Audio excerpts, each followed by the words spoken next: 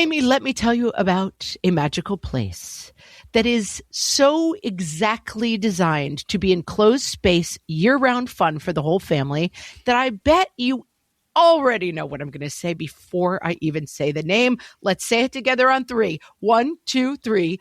Great Wolf Lodge. You got it, Amy. My kids loved Great Wolf Lodge when we went. You probably already know that it has a huge indoor water park with a wave pool, lazy river, a bunch of massive water slides. But then your pack can hit the other attractions because wait, there's more. Great Wolf Lodge has adventure-packed attractions like Magi Quest, a live-action game kids can play throughout the lodge, plus the Northern Lights Arcade. Spent some quality time there, so your kid who loves the lazy river and your kid who loves fantasy games will both have a great time. Great Wolf Lodge also offers great dining options and complimentary daily events like nightly dance parties, all under one roof. Unpack the car once and you're settled in to have fun. And with 22 lodges across the country, you're always a short drive away from adventure.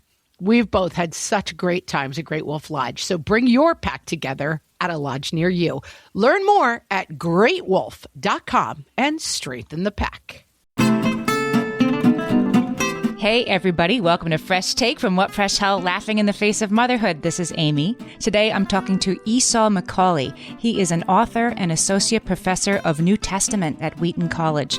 Esau is the go-to writer on race relations in America as it intersects with faith and spirituality, covering such topics as poverty, gun control, celebrity, education, and white supremacy for outlets including The Atlantic, The Washington Post, and Christianity Today. Esau's new memoir, How Far to the Promised Land, questions the narrative of exceptionalism that he and other Black survivors are conditioned to give when they make it in America. Esau is married to Mandy, a pediatrician and a Navy reservist, and together they have 4 wonderful children. Welcome, Esau.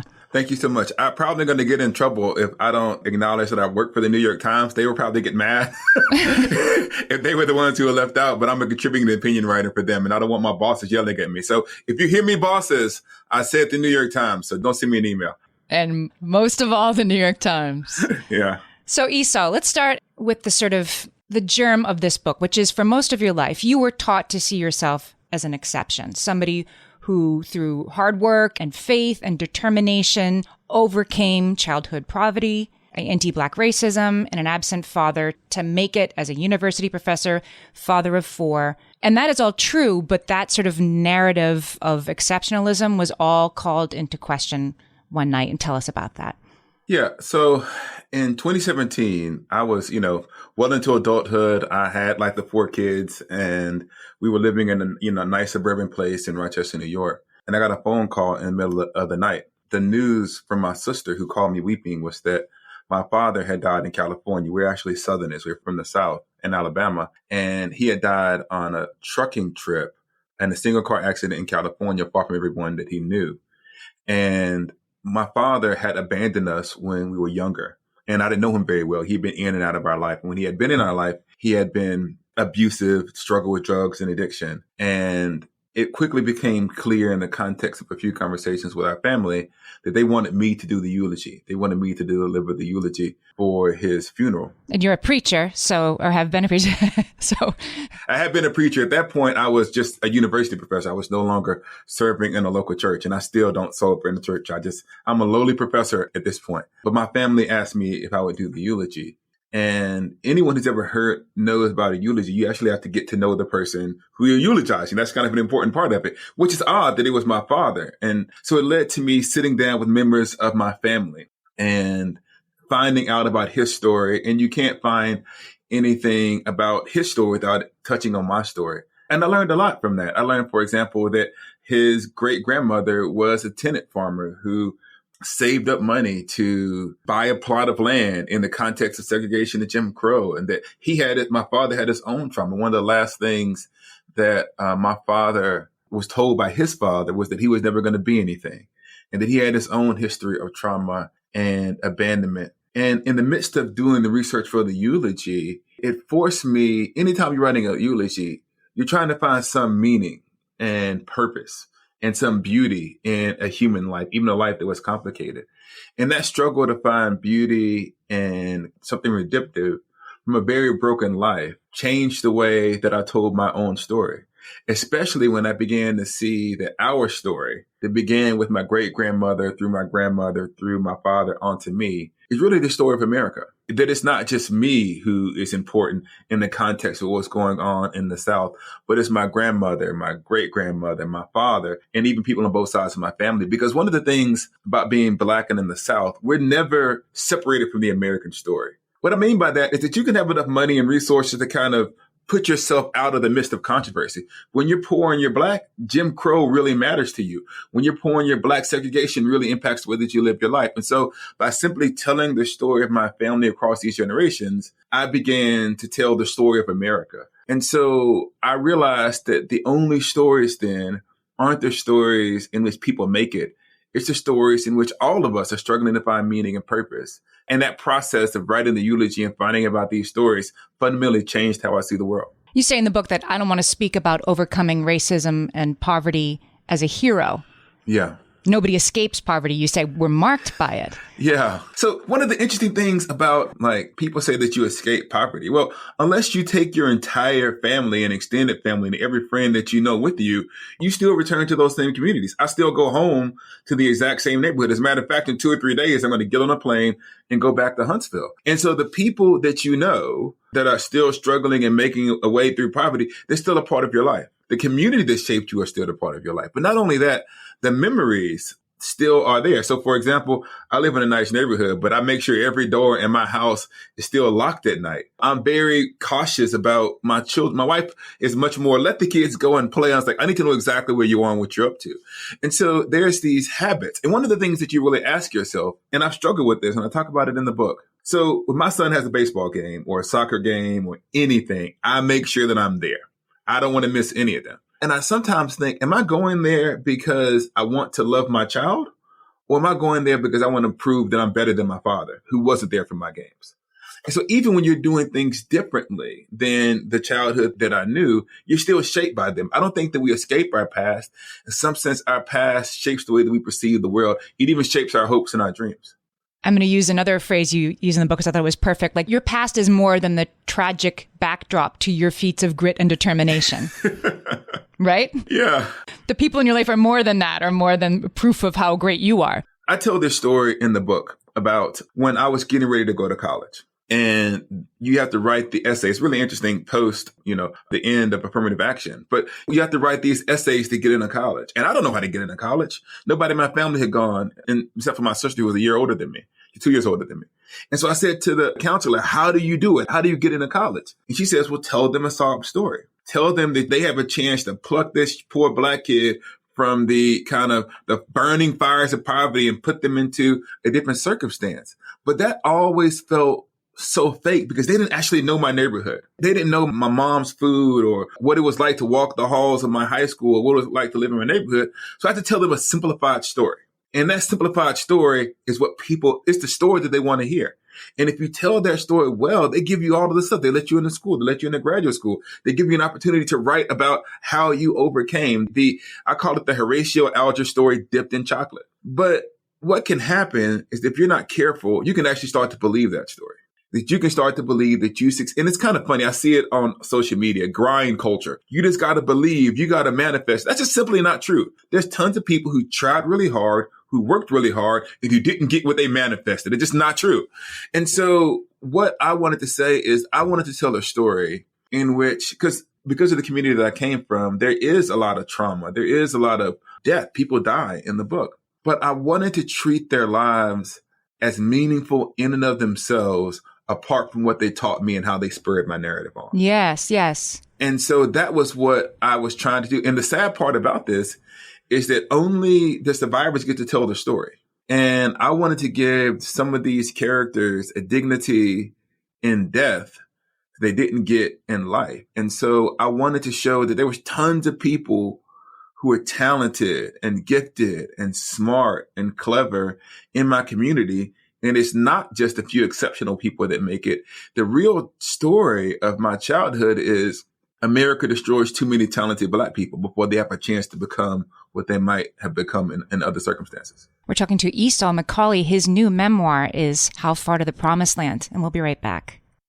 Hellions, it's time for some spring cleaning, and I don't just mean the coat closets. Doing your financial spring cleaning can actually be super easy when you let Monarch do your financial spring cleaning for you. One dashboard that gets your entire financial life organized. No more clutter, no more mess, no more logins scattered everywhere, just accounts, investments, property, and more, all in one place. Get your first year of Monarch for half off, just $50 with promo code FRESH. Monarch allows you to look not only at what you've already spent, but also to plan for the future. With Monarch, you can set savings goals, plan for big purchases, and notice spending trends before they become a problem. I can generate cash flow reports that show me what we spent this quarter, this month, what we're probably going to spend next month, and feel prepared, organized, and knowing how to plan for the future. No more surprises and a lot more clarity. Try Monarch. Use code FRESH at monarch.com to get your first year half off at just $50. That's 50% off your first year at monarch.com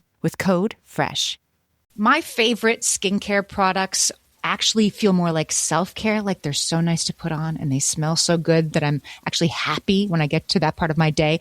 And I swear that is how I feel about Osea's anti-aging body balm. Amy, you are usually the lotions and potions queen on this podcast, but I have to say, hard agree. Osea's anti-aging body balm is a liquid silk body balm that combines the lasting hydration of a lotion with the firming power of a serum, leaving skin smoother and firmer. This body balm is clinically tested and designed to deliver visible results you can see and feel. So we've gotten to use this product for a couple of months now, and I swear I have really noticed firmer and smoother skin, like on the back of my hands. It's like getting a mini spa treatment from head to toe. Get a spring-worthy glow with clean, clinically tested skincare from Osea.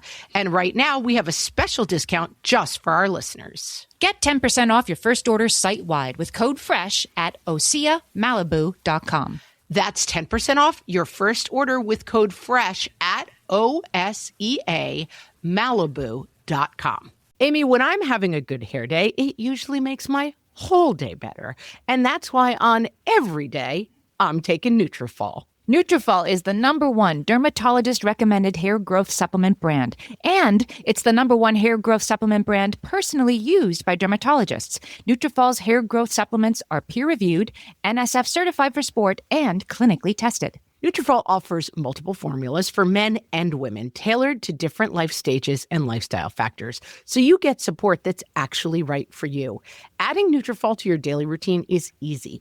Order online, no prescription needed, with automated deliveries and free shipping to keep you on track. Let your hair be one less thing to worry about. See visibly thicker, stronger, faster-growing hair in 3 to 6 months with Nutrafol. For a limited time, Nutrafol is offering our listeners $10 off your first month subscription and free shipping when you visit Nutrafol.com and enter promo code LAUGHING. That's Nutrafol.com, spelled Nutrafol.com, promo code LAUGHING. Esau, I wanted to talk about your mom, who is a huge part of this book. Your mom, Lori, she raised 4 kids alone, and you talk in the book about this era. Some of our listeners might be too young to remember this, but I remember it well, in an era of the demonization of welfare queens. So let's talk a little bit about what that meant. Yeah, in the days before social media, it was all talk radio. It's kind of where, like, what we now consider like radical right-wing media stuff was kind of found its initial home. And it was in the newspapers and those kinds of things. And the idea was there was these Black women who were living high on the hog, as we would say it in the South, off of these big, huge government checks. And they didn't work, and they just lived off everybody else's labor. As a matter of fact, one of the interesting things, that recent song, Rich Men North of Richmond, actually refers to it. These overweight women, supposedly, who are getting these welfare checks. And so there's this real hatred towards people who are on government assistance. Well, during that time period, my mom got a brain tumor, and that brain tumor left her disabled. And we went tumbling down the economic ladder. She had worked as a factory worker at Chrysler, but we wound up on government assistance. And I think we're making, I forget the number, it's in the book, it's like $24,000 a year. For a family of how many? For a family of 4. Well, 5 of us, 4 children and my mother. But she was a single woman raising 4 kids. And she was, in some sense, the manifestation of the stereotype. And you felt that judgment. I'll tell this one story about when I first realized that we were poor. We were going to church, but it wasn't the church that we normally go to. It was just a church down the road from where we live. And it wasn't a Sunday. It was the middle of the week. And I was a little bit confused as to why we were in church. My mom took us to church all of the time, but it was normally our regular church. And I went in, it was like a grocery store, like on the inside of this church building. And there was like the little carts and everything. And my mom was putting in items and I realized, oh, this is a charity place where they give food to people who can't afford it. And for me, like my shoulders just dropped. It's like I can't believe we can't afford to buy regular food. But when I looked at my mom, she had this sense of like steely-eyed determination and dignity that she went about her shopping as if it was just an ordinary day. And so one of the things that I took from that is that like our circumstances, regardless of what other people said about us, regardless of what was going on in the wider world, that struggle didn't have to take away your dignity. It didn't have to take away your aspirations. My mom, even though we were poor and we lived in a difficult location, she made it clear that we can become, all of us, the four of us, whatever our talents would enable us to become. And she instilled a hope in a context where it would be really nihilistic. I could tell you more about some of the stuff that she did, but I'll say one more thing because she's the hero of the book. When she was disabled, and I won't get into the details of why, but she actually couldn't work during the time because of the way that drugs affected her pituitary gland and those kinds of things. But what she did is she began to volunteer at the high school, or the middle school, then the high school. And so instead of going to work, she would come to the school every day. And she began to tutor like other kids in the school. And she became basically the school's mom. It got to the point where she was more popular in my high school than I was. And she ended up becoming the head of the PTA in our high school, and then the president of the Alabama State PTA. And then the first Black, I think probably still the only single Black mother ever elected to office in the city of Huntsville, Alabama. And if anyone knows, she was elected to the school board. If anyone knows anything about school boards, a lot of the people who are on the school board are independently wealthy and they can just, it doesn't really matter. They just do it as kind of a thing to do in politics. But she was on welfare on the school board. I just don't think that's ever happened before. And it just showed us what was possible. And so I will forever be grateful to her and the way in which she instilled in us that sense of possibility. But as I go on to say in the book, there are other parents who also instilled that sense of possibility through their children and through no fault of their own. Some of their children lost their lives. So even that idea isn't as simple as you need a great mom, because you need a great mom. You also need things to go your way.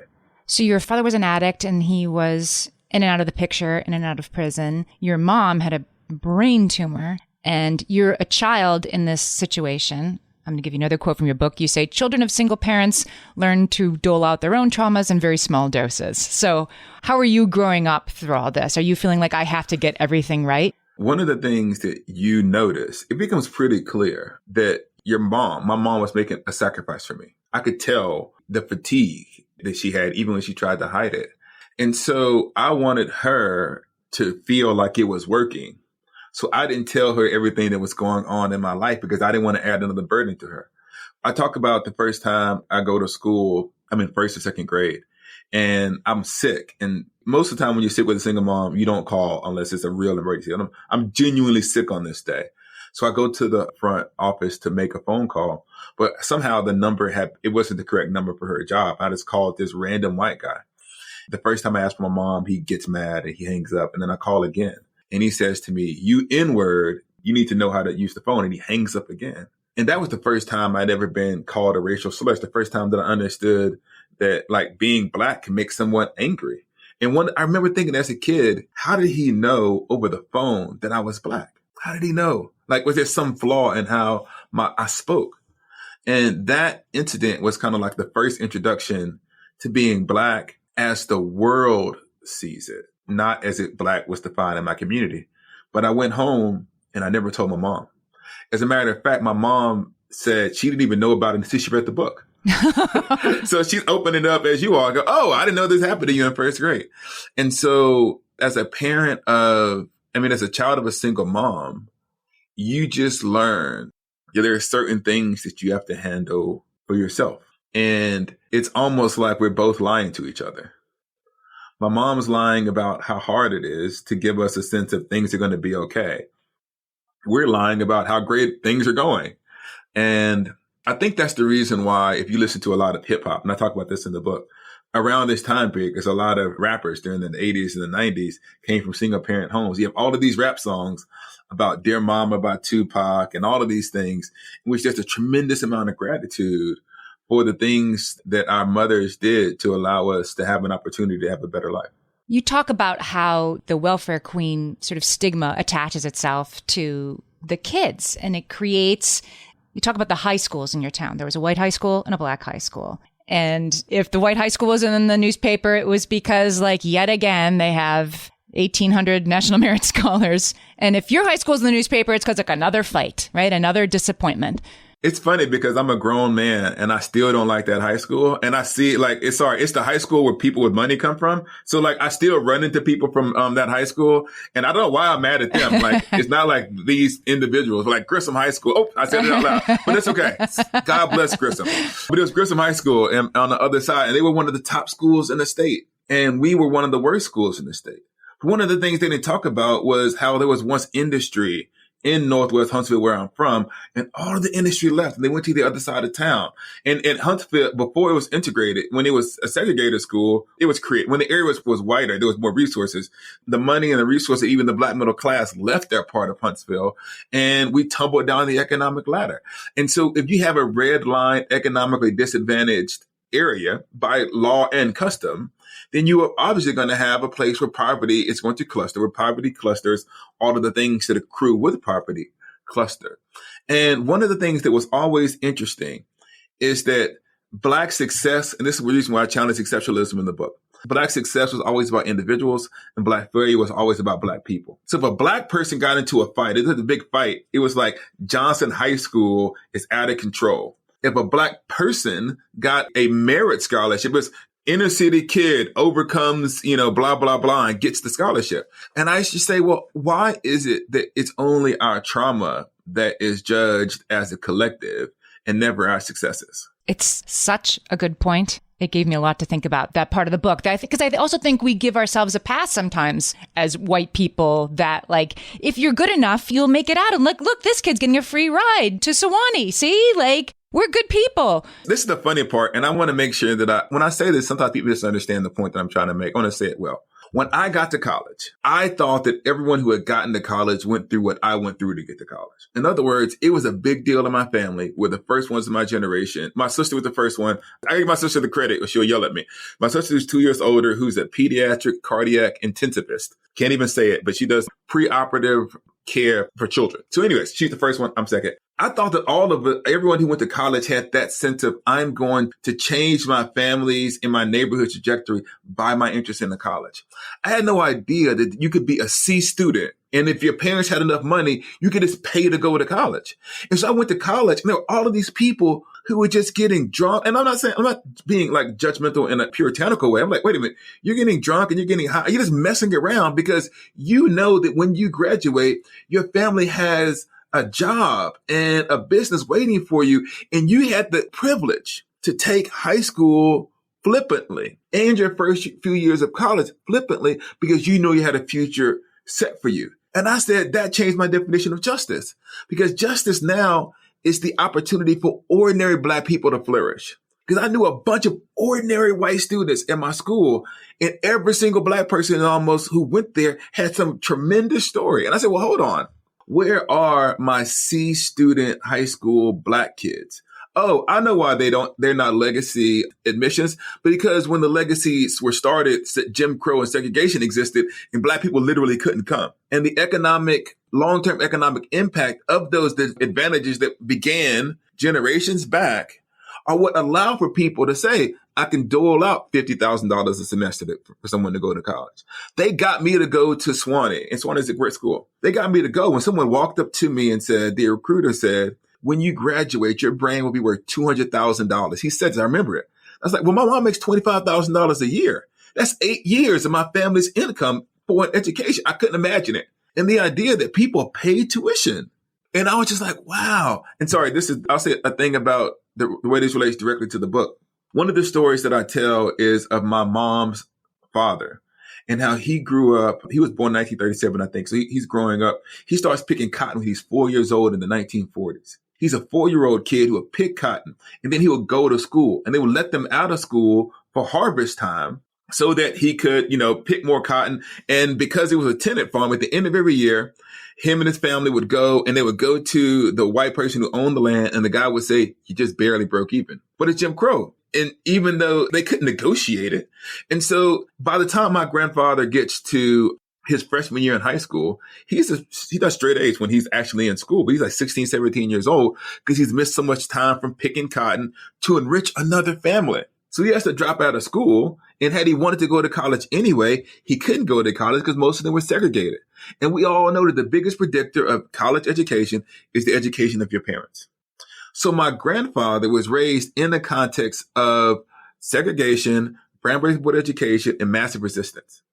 Well, that has a direct impact on my mother, who's raised in that context. And so I'm really the first generation in my family to be raised by someone who went to integrated school. Her schools were integrated in like the first grade. And so what I'm saying is the economic reality of Jim Crow isn't some abstraction. It's that my grandparents' labor enriched another family that I'm sure that wealth was passed down from person to person. And so we talk about the long tail of racism in the South. It's not a hypothetical. For me, it's a lived experience. We're talking to Esau McCaulley. His new memoir is How Far to the Promised Land? And we'll be right back. At DSW, we ask the important questions, like, what shoes are you going to wear? Whether you're prepping for wedding season, festival season, or just planning the ultimate vacay, the right shoes can make or break an RSVP. So own the moment. You've got big plans, and we've got just the shoes. At the perfect price, of course. Get ready to get ready with Designer Shoe Warehouse. Head to your DSW store or dsw.com today and let us surprise you. All my kids learned to swim when they were little. It was super important to me that they be confident and safe in the water.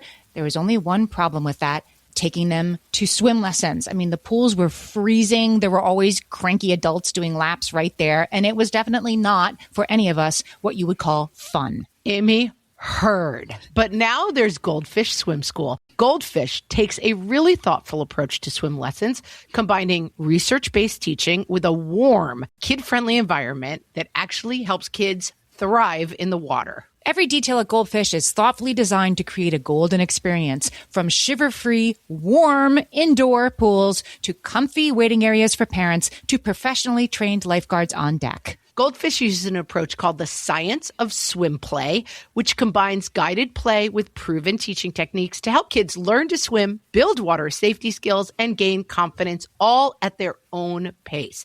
Lessons are designed to meet kids exactly where they're at. If you've been thinking about swim lessons or just wondering where to start, this is a great opportunity. Right now, Goldfish Swim School is offering a waived membership plus your child's first lesson free at participating locations. Just visit goldfishswimschool.com/free to find a location near you and enroll using promo code FREE. That's goldfishswimschool.com/free, promo code FREE. I wanted to talk, Esau, a little bit about your path to becoming a preacher. Was it the same grandfather that was a preacher or a different grandfather? Same grandfather. Okay, so he was a preacher, and it was your grandmother that really had you marked from it from the beginning. Do I have that right? It's funny. It's the grandmother on the other side of the family. So yeah, it kind of switched back and forth. My father's grandmother was the one who had me marked from a childhood, but my grandfather on my mom's side, Theodore Bone, was the preacher in the family. And was this something as a child that made sense to you? Was it something that you at first resisted and found your way to? How did it come into your life? Well, at least in my family, we tend towards binaries. So there's a joke that we're either kind of in the streets or in the church. And so I never thought that I was going to be a minister when I was growing up. Who wants to be a minister when they're a kid? I wanted to be a football coach. But there's this moment that I talk about in the book, and I don't want to give away too much of it, but I found myself in this neighborhood that I shouldn't have been in. And these people come up to me and they kind of say, "What are you doing here?" Kind of where you're from, what you're doing in our space. And normally it wouldn't have been a big deal, but I noticed that one of the people who was questioning me had a gun. And that kind of took the entire conversation to another level, an existential level. And I don't know why, to this day, I don't know why the question of who are you in that moment took on an existential question. Like, it was almost like the voice of God through this 15-year-old, 16-year-old boy. And I was like, well, who am I? Am I just like the combination of all of these hostilities that I've developed over the last, 15 or 20 years on this planet? Am I just someone trying to be different from my father? Am I just another statistic waiting to happen? And much to my surprise, the words that came out of my mouth was that I'm a Christian, which is a weird thing to say. And I remember I said, if I could have chased those words down and pulled them back in my mouth, I would have. Because we had this idea in my neighborhood that if you're scared, go to church. That religion was for people who were afraid. And I wasn't afraid of those boys. I was just tired. And that moment led me to realize that I felt a sense of this entire game that we play in my neighborhood is a game where there are no winners. And that I know that for a lot of people, religion and Christianity is just another hustle. It's just another way to get by. But I did think there was a different and better and more profound way of encountering God, where we saw this idea that the needy and the stepped on people of the world are valuable and deserve care and protection, and that we can all become better people. And that I wanted to talk about that, but not in the way that I was raised to do. I'm not like, if anyone has a picture of kind of like this, the down home Southern preacher of, there's nothing wrong with that. That just wasn't who I was. I was much more introspective. And I felt like there's this song by this guy named Chance the Rapper. And he has this line where he says, I talk to God in public, in his music. And I felt like in my brain, I just need to talk to God in public, to ask him the questions that were being asked of my community out loud. Like, why do you allow these things to happen? Why are we experiencing these kinds of things? And what good might you have to offer us so we might point to a better life? And so I don't think I experienced a call to become a Baptist pastor like my grandfather, much to his eternal disappointment. But I do feel like I was called to become a writer who explored these things with the pen instead of the pulpit. That your ministry has actually become these books. Yeah, and I didn't know it at the time because there was no category. There was no category.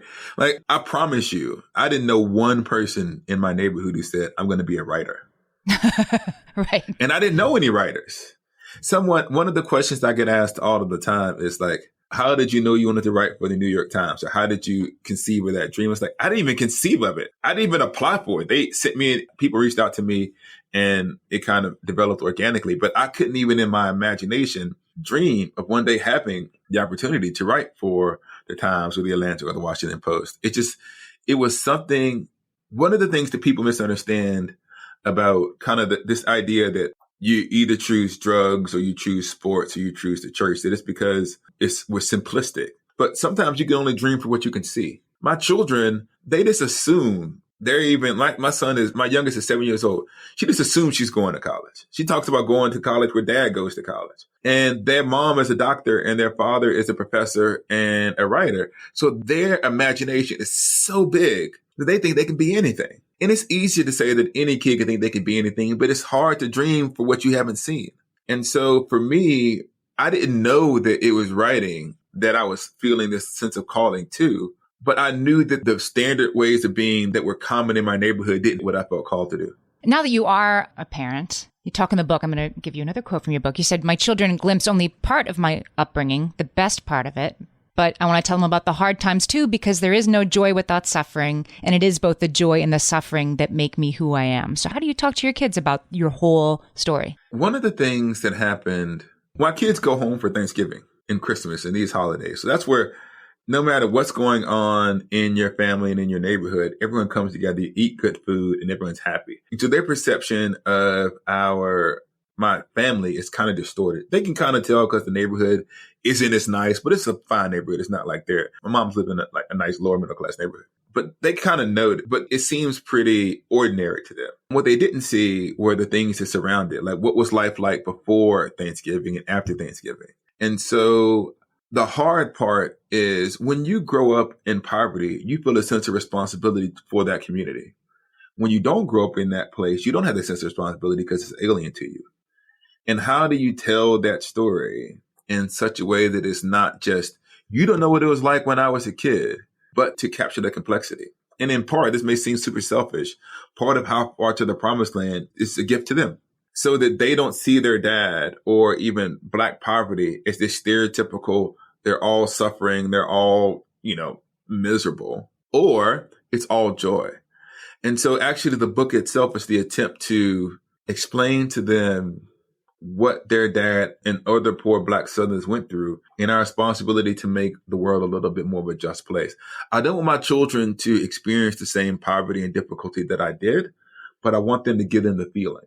And I feel like as a writer, there's people in this book who wouldn't let me go. There's stories who wouldn't let me go. They changed and they shaped how I viewed the world. And I thought that maybe by giving these stories to my children and to the reader, that it would change them and shape how they viewed the world as well. Absolutely. The idea that hard lives are beautiful in their own way. That's where the book sort of ends, right? And it's not just the people who made it all the way to the promised land who deserve to be remembered and lauded for what they did. Yes, that's I think that what happens when you have an exemplar is that we know how the story ends and we know what to do. We boo the racism, we boo the poverty, we boo the injustice, and we cheer the person through the book.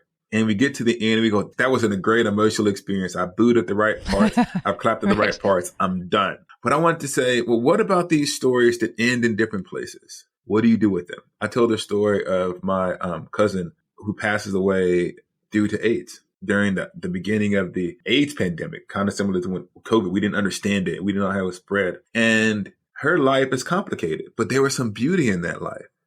And like her life matters too. And especially the way she's treated vis-a-vis the healthcare industry. And I want to say we need to wrestle with this story as well. And not simply as a tragedy, but as a human life lived with dignity that has its own hard-won beauty. I guess what I want to really say is, I didn't want to say that my entire childhood and neighborhood and community was a wash. We can just toss it to the side. Because that's not how I viewed those people. And I know what it's like for people to ignore us, to stereotype us, everyone when I was growing up had the microphone and the newspaper, and they got to tell the story of my community. And if I have one passion in life, is that I said, no, you don't get to tell our story anymore, that we get to tell our story. And our story, yes, it has pain.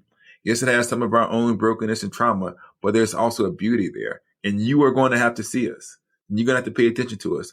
You're going to have to reckon with us as the people who deserve dignity and respect. Esau McCaulley's new memoir is called How Far to the Promised Land. I'm sure you can tell from having listened to this episode just how beautiful it is. And I loved this book. I'm going to put the link in the show notes so everybody can buy it. And Esau, tell us where else we can find you on the internet. Well, I have an odd name, Esau McCaulley, and the only other person my father passed away. He's the only other person who has that name. So you can look at me at Esau McCaulley on Twitter, Instagram. What is it called now? X?